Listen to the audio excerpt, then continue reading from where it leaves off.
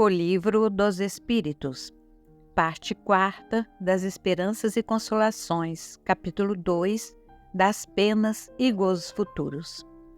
Estamos estudando o tema Penas Temporais. Eu sou Luísa e fico feliz em tê-los aqui para estudarmos juntos a questão de número 989. Allan Kardec pergunta aos espíritos superiores: pessoas há que, se bem não sejam positivamente más, tornam infelizes pelos seus caracteres todos os que as cercam. Que consequências lhes advirão disso? E os espíritos superiores respondem: inquestionavelmente essas pessoas não são boas. Expiarão suas faltas, tendo sempre diante da vista aqueles a quem felicitaram, valendo-lhes isso por uma exprobração.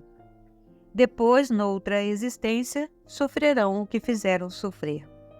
O espírito Miramês, na obra Filosofia Espírita, no volume 20, comenta: já falamos sobre o destino daqueles que fazem os outros sofrer com as suas ações indesejáveis ou suas línguas ferinas.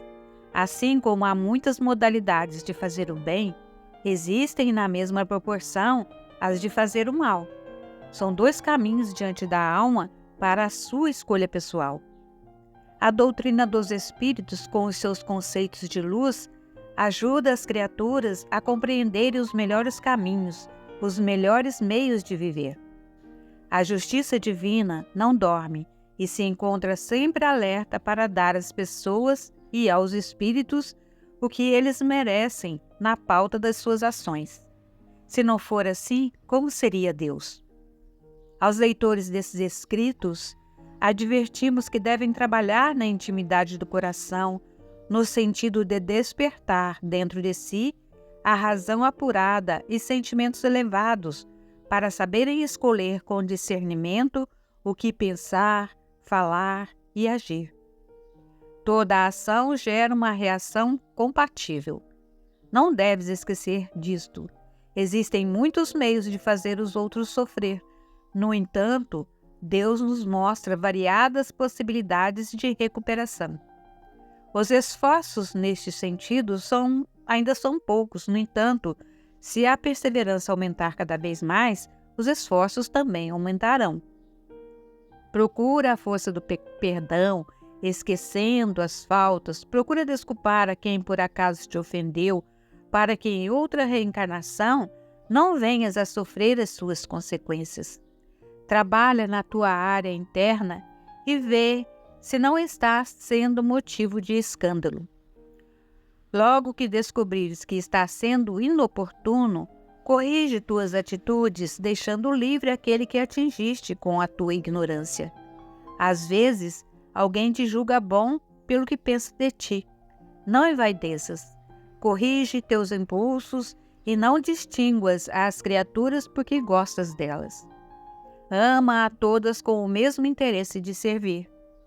No silêncio dos teus pensamentos, podes cobiçar as coisas alheias, às vezes tão fortemente que podes com isso usar inconscientemente as forças virgens que atingem os outros. Não faças isso.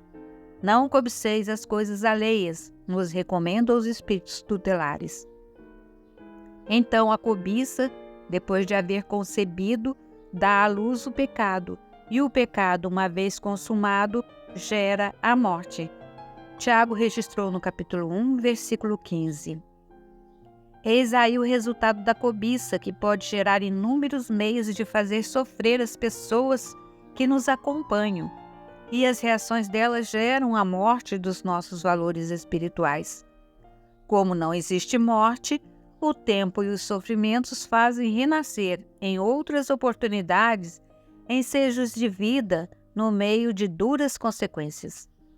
As pessoas que aparentam ser boas e não o são, passam mais tarde por decepções enormes, porque ninguém engana a Deus.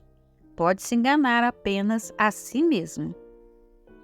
Estamos passando por uma época de despertamento espiritual da humanidade, e as forças espirituais estão usando muitos meios para acordá-la. Neste mesmo instante, Elas mandam o socorro pelos seus agentes de luz. Jesus não se esquece dos filhos de Deus sob a sua tutela.